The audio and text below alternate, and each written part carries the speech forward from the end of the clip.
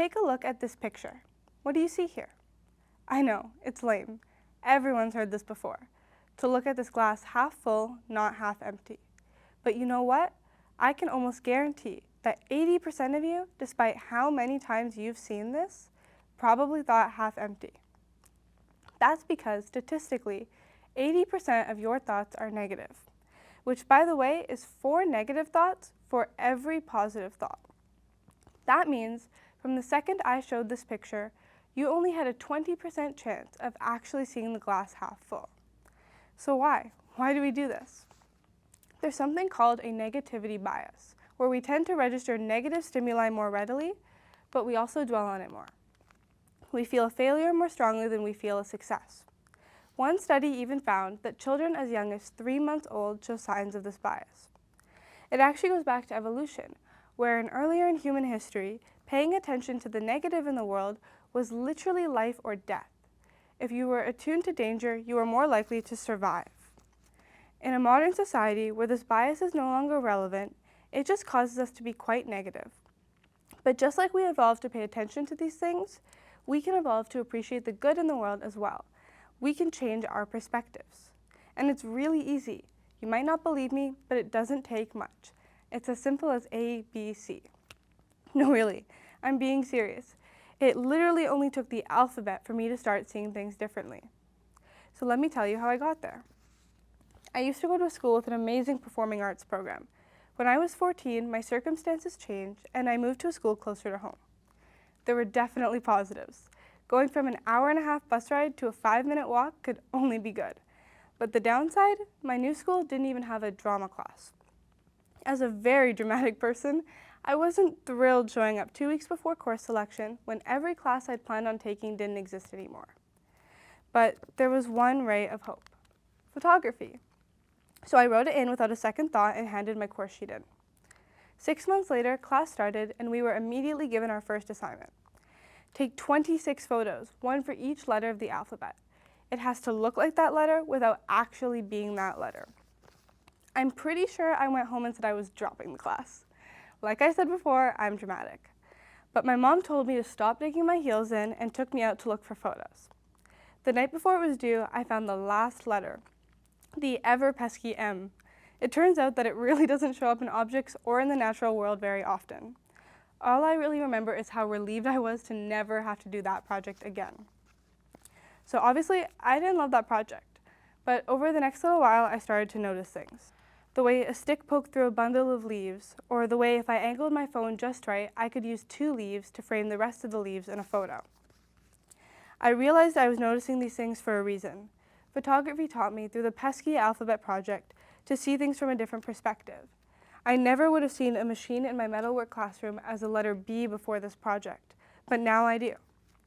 Just like that, I started noticing how things in my daily life could make a good picture too.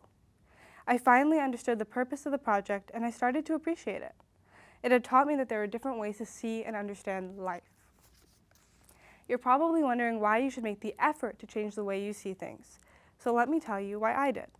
What image comes to mind when you hear the word birthday? Do you think decorations, cake, candles, balloons, family? Whatever comes to mind, it probably evokes positive emotions. Birthdays are so much fun. But last year, something almost ruined mine. Last year, I got into a car accident. I was in the passenger seat looking out the window and thinking of taking a photo. Suddenly, I was jolted forward when a car hit us from behind. Luckily, my dad and I were okay, or at least I thought we were. I had actually sustained injuries throughout my body. Nothing severe enough to land me in the hospital or in a cast, but bad enough that I had a wrist splint for months. I couldn't do basic things for myself, like opening a water bottle or doing my hair. I still can't write on paper. My hand can't handle the pressure. For a highly independent person, it was a major blow. Despite the changes, I was determined to have a good 16th birthday. I knew things had changed. There was a lot I couldn't do anymore, but I still wanted to have fun. So on a cold November day, I rushed downstairs eagerly to cut my birthday cake. As I cut down into the cake, my hand trembled and the knife got stuck. My hands were so weak, I couldn't remove the knife. I wanted to cry. I'd been trying so hard to heal, to stay positive, to act like nothing had changed. But the one moment It was all supposed to be good and happy. It felt like everything had crumbled down around me. It was a cruel reminder of just how much I couldn't do yet and just how much help I needed now. Then I took a second look at the cake, and a third, and I noticed it looked kind of cool. I grabbed the nearest cell phone on the table, told my parents to just wait 1 second, and angled the phone for the perfect photo. So here's the photo. To anyone here, this is just a knife and a cake that looks kind of cool. But to me, this is a reminder that even the difficult moments aren't so bad. Photography helped me to change my perspective, to notice what's good despite the bad. In a hard moment, I got a cool picture. It made it positive. Now I look at this picture and I don't think about how hard the accident's been. I focus on what I've been blessed with. Sure, I can't write on paper, but I have a friend who takes notes and sends them to me. I can't pick up a chair, but I know my friends will stack mine for me at the end of the day. I can't clean a bathroom, but I have a little sister who will do it and joke that it's my responsibility forever once I'm better. And I can't cut a birthday cake, but I have 2 parents who will rush over to do it for me and fall over themselves making sure I'm happy. I'm so blessed, and things like photography help me shift my perspective and see it that way. This is why learning to change your perspective matters. It takes you from being upset over something you have no control over to appreciating what you gain from it. It creates appreciation where there was devastation. Photography helps you to see things from a different perspective and change your mindset to see more than one possibility in a situation. It can also help us to build empathy, understanding, problem-solving skills, and create personal growth, enriching our lives and relationships. So I'm going to challenge you to change the way you see things. If you want to try how I did it, take out your phone, open your settings app, scroll to camera, and toggle on the grid setting.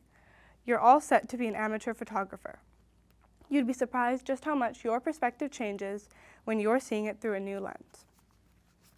If you don't want to take photos, there's so many other things you can do, and all it takes is a quick Google search. You can keep a gratitude journal, or download a self-care app, or do exercise, or do acts of service. There's so much to gain. Reframing your perspective can reduce stress and anxiety, improve your mental health, and improve your optimism. Take that negativity bias. So try to make more room to see things from a different perspective in your life. And the next time you see this picture, I hope you see the glass as half full. Thank you.